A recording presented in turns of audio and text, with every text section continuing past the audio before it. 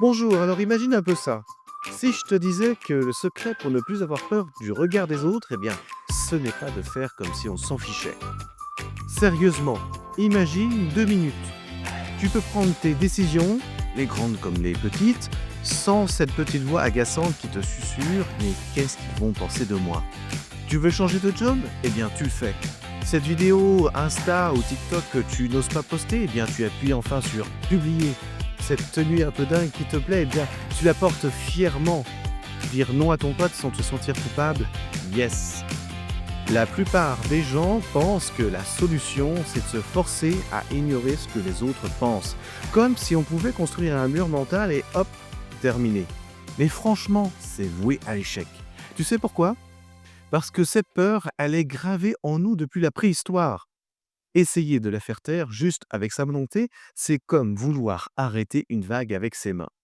Épuisant et plutôt inefficace. Alors, dans cette vidéo, je vais te montrer pourquoi cette méthode ne marche pas. Et surtout, je vais te partager une approche complètement différente. Au lieu de combattre cette petite voix, eh bien, on va la transformer. Je vais te donner 3 étapes concrètes pour reprogrammer ton cerveau pour que le jugement des autres ne soit plus cette sirène d'alarme qui te paralyse, mais juste du bruit de fond. Alors reste bien jusqu'au bout parce que la troisième étape, eh bien, c'est celle qui change vraiment la donne. Elle va te donner des outils que tu peux utiliser dès aujourd'hui.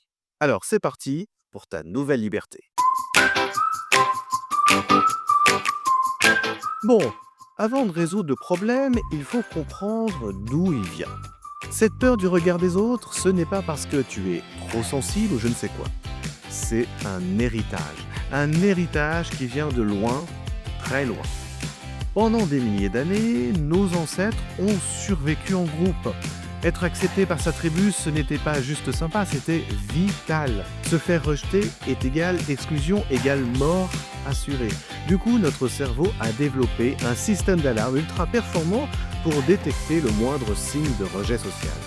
Cette petite voix qui te dit « Attention, ne fais pas ça, on va te juger », c'est ton ancien logiciel de survie qui essaie encore de te protéger. Le truc, c'est que ce logiciel n'a jamais eu de mise à jour. Aujourd'hui, le danger, c'est peut-être de passer pour quelqu'un de bizarre en réunion. Mais ton cerveau, il réagit comme si ta vie était en danger. Il sonne l'alarme pour une présentation PowerPoint comme il l'aurait fait face à un bannissement d'attributs. Et si l'évolution ne suffisait pas, il y a aussi tout ce qu'on a vécu. Pense à l'école, on t'a appris à lever le doigt, à donner la bonne réponse, à surtout ne pas te planter pour ne pas avoir l'air con. On t'a noté, classé, comparé, sans le vouloir. L'école nous a appris à chercher la validation des profs plutôt que de faire confiance à notre propre jugement. À la maison aussi, même dans les familles les plus aimantes, on a appris à se conformer pour faire plaisir. L'amour était parfois lié à nos bonnes notes, à nos bons choix. Le message, même si personne ne l'a dit clairement, pour être aimé, tu dois coller aux attentes. Répéter des milliers de fois, eh bien, ça crée de vraies autoroutes dans notre cerveau. Le chemin, j'ai peur qu'on me juge, je fais comme tout le monde, je suis tranquille, devient en fait un réflexe. Et maintenant, cerise sur le gâteau, on vit à l'époque des réseaux sociaux. C'est une arène de jugement ouverte 24 heures sur 24. Chaque photo, chaque story, chaque avis peut être scruté par des centaines de personnes. On ne compare plus notre vraie vie à celle de nos voisins, mais nos galères du quotidien aux highlights Instagram des autres. Donc, quand on additionne tout ça, la biologie, l'éducation et l'Instagram, eh bien, on comprend que cette peur n'est pas juste dans la tête, elle est profondément ancrée. C'est pour ça que lutter contre elle de front, eh bien, c'est perdu d'avance. On ne combat pas sa propre programmation, on essaye de la changer. Et c'est exactement ce qu'on va faire maintenant. Alors, étape 1, redeviens ton meilleur pote. La première étape, elle ne concerne pas les autres, elle te concerne toi. Si on a peur du jugement des autres, eh bien c'est souvent parce qu'on est déjà notre propre critique le plus dur. On a peur que les autres confirment ce qu'on pense déjà de nous en secret. Pour baisser le volume du bruit extérieur, il faut d'abord calmer celui de l'intérieur. Le but, passer d'une validation externe à une validation interne. Arrêtez de demander la permission aux autres pour être soi-même. Alors concrètement, comment on fait? Pour y arriver, pratique l'autocompassion. Imagine qu'un pote proche de toi vient se vautrer. Tu lui dirais quoi? Que c'est un loser? Non, jamais. Tu serais bienveillant, encourageant. Eh bien, accorde-toi le même traitement. Parle-toi comme tu parlerais à quelqu'un que tu aimes. Au début, ça fait bizarre, mais ça change vraiment la donne. Ensuite, tu dois définir tes propres règles du jeu. La plupart des gens jouent avec les règles des autres. C'est normal qu'ils aient l'impression de se perdre. Pour ne plus dépendre de l'approbation générale, tu dois savoir ce qui compte pour toi. Alors, prends un carnet et réponds sincèrement à ces questions. Quelles sont mes 5 valeurs les plus importantes? Liberté, créativité, honnêteté, aventure. C'est quoi une vie réussie pour moi si personne n'était là pour juger? Quelles sont mes forces? Alors, pas juste professionnelles, hein. Tu sais écouter, tu es curieux, tu es résilient. Eh bien, cet exercice, c'est pas du blabla de développement personnel, c'est ta boussole interne. Quand tu sais où est ton or, eh bien, tu es beaucoup moins secoué par les opinions des autres. Si ta valeur, c'est la créativité et que quelqu'un critique ton choix de carrière, pas assez stable, eh bien, son jugement perd son impact. Ce n'est plus une attaque personnelle, c'est juste une différence de boussole. Et pour finir, chaque soir, note 3 trucs que tu as bien fait dans la journée, même des petits trucs. J'ai osé donner mon avis en réunion, j'ai pris 15 minutes pour moi, j'ai pas pété les plombs pendant les bouchons. Eh bien, ça force ton cerveau à chercher le positif en toi au lieu de se focaliser sur tes défauts. Cette première étape, c'est les fondations. Sans ça, le reste ne tiendra pas. Une fois que tu commences à devenir ton propre allié, eh bien, tu peux changer ton regard sur le monde extérieur. Alors, étape 2, change ta vision du jugement. Maintenant que l'intérieur est plus solide, on va s'attaquer à l'extérieur. Et c'est là qu'arrive l'approche contre-intuitive dont je te parlais. Le truc, ce n'est pas d'empêcher les autres de te juger, ça c'est impossible. Le truc, c'est d'accepter que le jugement fait partie de la vie et de lui enlever tout son pouvoir. Premier point super libérateur. Tu n'es pas le centre du monde. Les psys appellent ça l'effet projecteur. On a l'impression qu'un spot nous suit partout, que tout le monde voit notre petit fail, notre cheveu rebelle. La vérité, la plupart des gens sont bien trop occupés à être le héros de leur propre film pour faire attention au tien. Ils s'inquiètent de leur propre image, comprendre ça, c'est comme passer d'un projecteur de stade à une petite lampe de bureau. Deuxième point, apprends à faire le tri. Tous les jugements ne se valent pas. Imagine que tu es le videur de ta propre boîte de nuit mentale. C'est toi qui décides qui rentre. On peut classer les jugements en 3 catégories. Alors, le jugement toxique, c'est la critique gratuite et méchante. Par exemple, ce que tu fais, c'est nul. Point. Cette critique ne dit rien sur toi, mais elle en dit long sur la personne qui la balance. Ce jugement-là, il ne s'approche même pas de l'entrée. De le jugement neutre ou mal informé. Ah, tu te lances dans l'art, c'est pas un peu risqué ça? Là, la personne exprime juste ta propre peur. Au lieu de me prendre perso, eh bien, vois ça comme une simple opinion. Tu peux choisir de l'ignorer ou de répondre brièvement, eh bien, je comprends que ça puisse te paraître risqué. Pour moi, le plus gros risque, ce serait de ne pas essayer. Tu n'es pas sur la défensive, mais tu informes. Après, on a le feedback constructif. C'est le seul qui mérite vraiment un ticket d'entrée VIP. Il vient souvent de gens qui t'apprécient et ils portent sur une action pas sur qui tu es.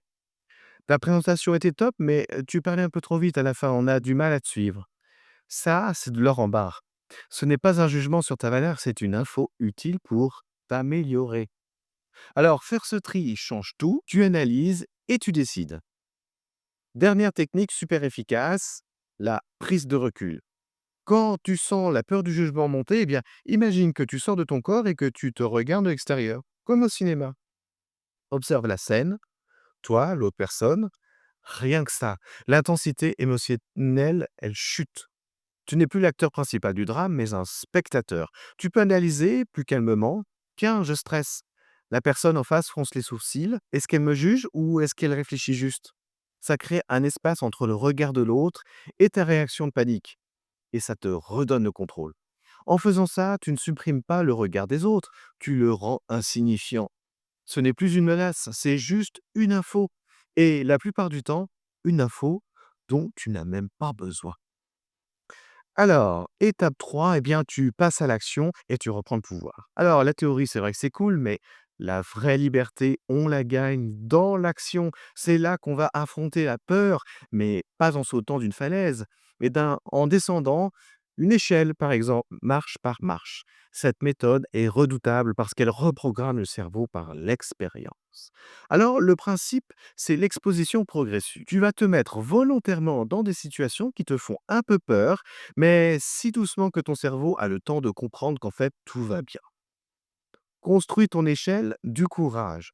Sur une feuille, note en bas une action qui te fait à peine peur et tout en haut, un truc vraiment qui te terrifie. Remplis les échelons entre les 2. Par exemple, si tu as peur de prendre la parole, eh bien, échelon 1, ça serait poser une question dans un chat de groupe. Échelon 2, donner ton avis dans un petit groupe de potes. Échelon 3, prendre la parole en réunion sur un sujet simple. Jusqu'à l'échelon 10, faire une présentation de 30 minutes devant 50 personnes. Commence par le premier échelon, fais-le et célèbre-le. Ton cerveau vient d'enregistrer. Ça y est, j'ai fait ça et je suis toujours vivant. Quand tu es à l'aise, eh bien, passe au suivant. C'est comme ça qu'on construit la confiance, par la preuve, pas juste en se disant n'aie pas peur. Le deuxième pilier de cette étape, c'est l'assertivité. Ce n'est pas être une carpette, ça serait se taire et subir, ni être agressif, ça serait attaquer. C'est savoir exprimer tes besoins et tes opinions de manière calme, claire et respectueuse. C'est le super pouvoir de ceux qui ne craignent pas le changement. J'aimerais que tu me poses des questions sur mon projet pour comprendre, même si tu n'es pas d'accord. C'est comme conséquence positive. Ça m'aiderait vraiment à me sentir plus à l'aise pour t'en parler. Voilà, donc cette structure te permet de poser des limites saines sans créer de conflit. Tu reprends le contrôle. Si tu es entouré de gens critiques et cyniques, eh bien ton combat sera beaucoup plus dur. Alors fais le tri. Qui te tire vers le haut? Qui t'écoute sans juger? Passe plus de temps avec ces personnes-là. Ça ne veut pas dire couper des ponts avec tout le monde, mais choisir consciemment à qui tu donnes ton énergie. L'action, l'assertivité et ton entourage, voilà les outils qui ancrent ta transformation dans la vraie vie. Alors, on a vu que la peur du jugement, c'est un héritage amplifié par notre époque et que l'ignorer est une stratégie épuisante. Le vrai secret, c'est cette reprogrammation en troisième étape, comme on l'a vu.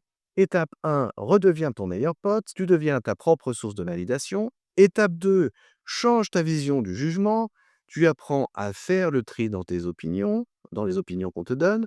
Étape 3, passe à l'action, tu t'entraînes, tu t'affirmes et tu choisis ton entourage. Alors, ce n'est pas une baguette magique qui marche du jour au lendemain, c'est un entraînement. Comme un muscle, il y aura des jours où la petite voix gueulera plus fort, mais c'est normal. Mais maintenant, tu as les outils pour ne plus la laisser conduire ta vie.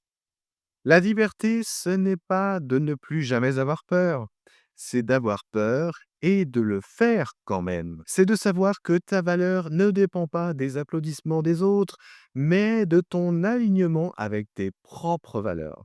Alors, j'ai une question pour toi.